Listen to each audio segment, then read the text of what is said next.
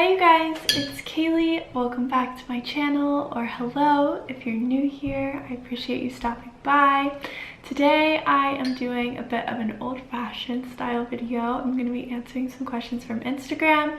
I feel like I haven't caught up with you guys in a while and now feels like the perfect time. I think it's a really good way for us to learn a bit more about each other. I get to learn more about what you guys are interested in, and maybe you can learn something new about me as well. I have my favorite kombucha here. I just found it in my fridge. I didn't realize I had one, and it's making my day so much better.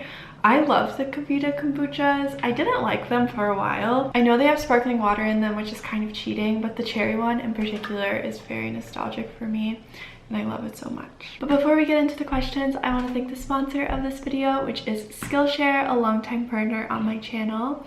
I'm sure a lot of you guys are familiar with Skillshare at this point, but if you're not, Skillshare is an online learning community with thousands of different inspiring classes for creators. It's a great place to explore new skills, deepen existing passions, or get lost in creativity. They have classes on such a broad range of topics such as web design, photography, illustration, graphic design, lifestyle, productivity. I'm currently taking a class by Mike Vardy called Productivity Habits That Stick, using time theming. Skillshare is curated specifically for learning, so there's no ads, and they're always launching new premium classes, so there's always something new to explore. And now Skillshare's entire catalog of classes offers subtitles in Spanish, French, Portuguese, and Dutch. The first 1,000 of my subscribers to click the link in my description will get a 1-month free trial of Skillshare to start exploring your creativity today. And thanks again to Skillshare for partnering with me on this video. So now to get into the questions, like I said, I asked on Instagram stories. I find that to be the main way I get questions and interact with you guys on a more day-to-day basis. I'll have my Instagram link down below if you're interested in following me over there. I'm definitely a lot more active on stories than on feed, but I'm gonna work on changing that soon. You guys are always kind of on the same page. I get so many of the same questions over and over again. I have quite a lot of questions on plans to stay in New York City. Do you want to stay in New York City forever? Are you planning on moving out of New York City? If you wouldn't live in New York, where would you live? So I have to be honest and say that for the past, I would say 5 or 6 months or so, I've been feeling quite exhausted by the city. I've been wanting to escape a lot. Don't get me wrong, I still love it here. I think a lot of it comes down to just having a lot of mental health struggles with anxiety and feeling like sometimes the city is really just feeding into that a lot. And let's be honest, a lot of things are harder to do here than they are in other places. But in some ways, that's kind of the beauty of it. There's so much good food and drinks and culture here.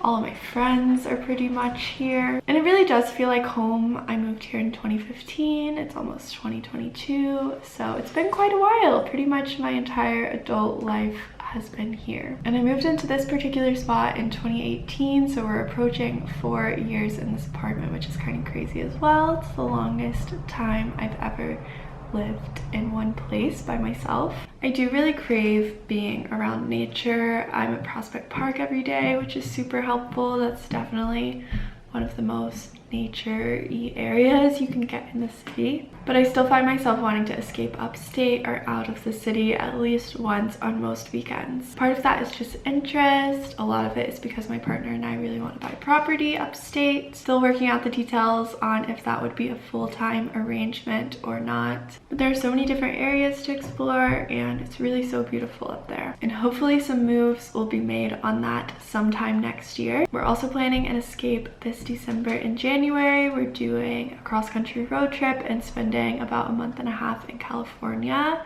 in LA. I think the house that we're renting is a little bit outside of LA, which will be really nice, in the mountains, but I'm hoping that will give me a bit of a reset to fall back in love with New York City and kind of escape it at its worst in the winter time. Yeah, I can't really see myself living here long term unless I had a lot of money. I can't see myself wanting to raise a family here long term, although I've definitely learned about some new neighborhoods in Brooklyn that I think could be so perfect for that.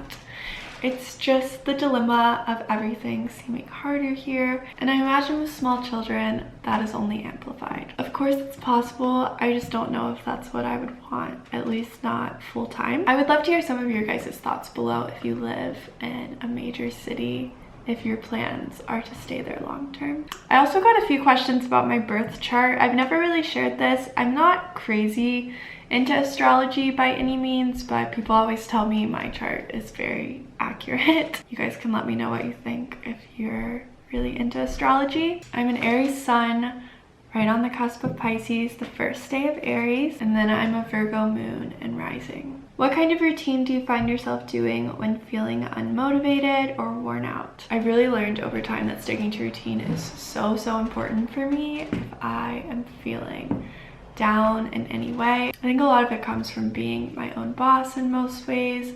I really need some sort of structure to stay sane, I think.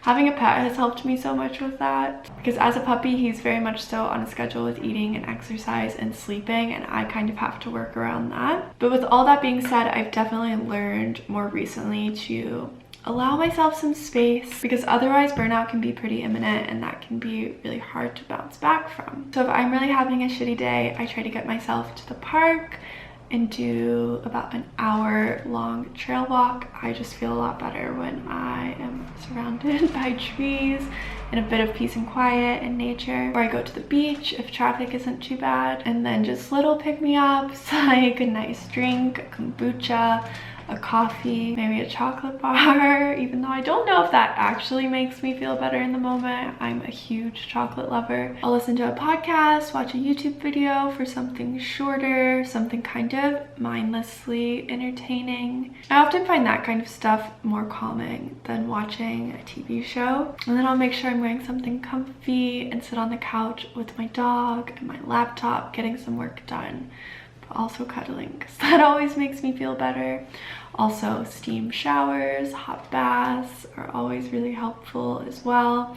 Journaling if there's a lot of jumbled thoughts in my mind that I need to get out, and just trying to take things one step at a time and not get overwhelmed by a really long to-do list. I got several questions on shopping and food recommendations in New York. I'm gonna leave a list in the description box below if you guys are interested. Why do you have a car in New York City? Do you regret buying a car in New York City? I definitely don't regret it. I bought a car with my partner at the beginning of the pandemic. We both transport a lot of goods for work. He works in photo and often has a lot of equipment. And at the time I was doing a lot of shipping for my business out of my apartment, which has recently changed.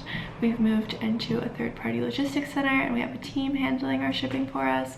But at the time it was definitely necessary. I was spending so much money on Ubers or rentals, and buying a car just seemed to be a more feasible option and definitely a more convenient option. Although I have to say it was an adjustment. Driving in the city was definitely pretty anxiety inducing for me for about the first year of it. It still can be, but I'm a lot more calm about it now. And it's enabled us to explore so many surrounding areas that I wouldn't otherwise explore without a car. And it's also so nice having a dog. But yeah, I wouldn't recommend it unless it's something that you're gonna use on a regular basis. Parking in the city can be really difficult. Insurance is super expensive here, and people do drive kind of crazy. When is the next Stratspellet collection? Hopefully very soon. I don't have a date for you guys yet, but it should release before the end of the year. Everything is done. It just needs to be shot and organized, prepped for the release. And I think we're gonna release in a few drops, but the first drop should definitely be before the end of the year. And I'll be sharing the full collection with you guys in a video super soon. How's the business going? What is a work day in your life like? The business is going pretty well, all things considered, with things being super delayed with this collection. I've been really happy with our new logistics team so far. And that was something I was super stressed about because we've worked with a logistics team in the past to handle all of our orders. We actually did that when we started the business back in 2017, and it was a disaster. Definitely through some fault of our own though, because let's be honest, we didn't know what we're doing. I wouldn't say we know what we're doing now, but we have a much better idea of what we're doing. But yeah, it's been super smooth, transparent, affordable, and I have a lot more free time to work on other things other than shipping orders. And now almost all of our business is in California, which is kind of crazy since I'm stationed in New York, because we make most of our product in California and now all the inventory is housed there as well. Things are going really well. I get so happy each week when I get to see all of the customer photos and our community posts on our Instagram. And we really have such an interactive community, which is amazing, and I take so much inspiration from people and buy our products, which is really cool. And I'm so thankful that our sales are still really consistent despite having such little product and limited size range in stock, as we were waiting for restocks and this new collection to release. But a typical work day in my life really varies.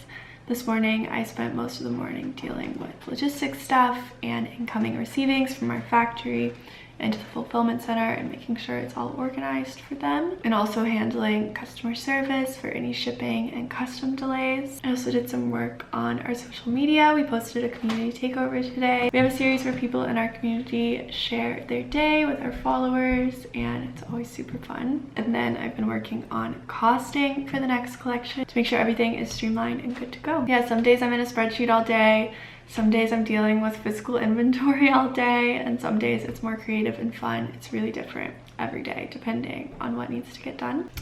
Any advice on moving away from home to start a new life in a different city or country and breaking away from small town mentality? That's a good one. It's something that I have such a hard time imagining doing as I'm older, when I feel like when I was younger, it came really naturally to me and I was really confident about it. I think it's just kind of a fake it until you make it sort of thing.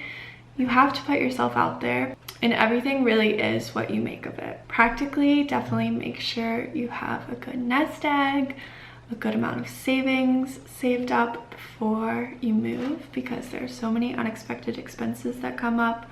I can't really say an amount because I don't know where you're living, and the cost of living can vary so greatly. But I think feeling financially secure as possible is quite crucial to as seamless as an adjustment as possible to a new place, although I'm sure it's not going to be seamless. But setting a budget, trying to stick to it, even though there are so many new things to experience, I think is really helpful. And yeah, don't be afraid to put yourself out there, make new friends, join different communities, and be open to trying new things.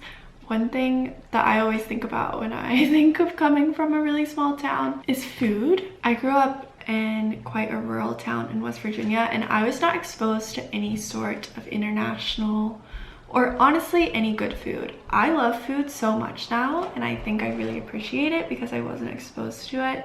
But I don't think I would love food so much if I wasn't open to trying so many different restaurants and cuisines that I had never tried before. But I'm sure it's gonna be so good for you and so fun, and you've got this. What music are you listening to lately? Maybe I will also make a Spotify playlist and link it down below, because I think that'll be more interesting than me talking about it here. How do you feel secure in a relationship? Ooh, that's a tough one.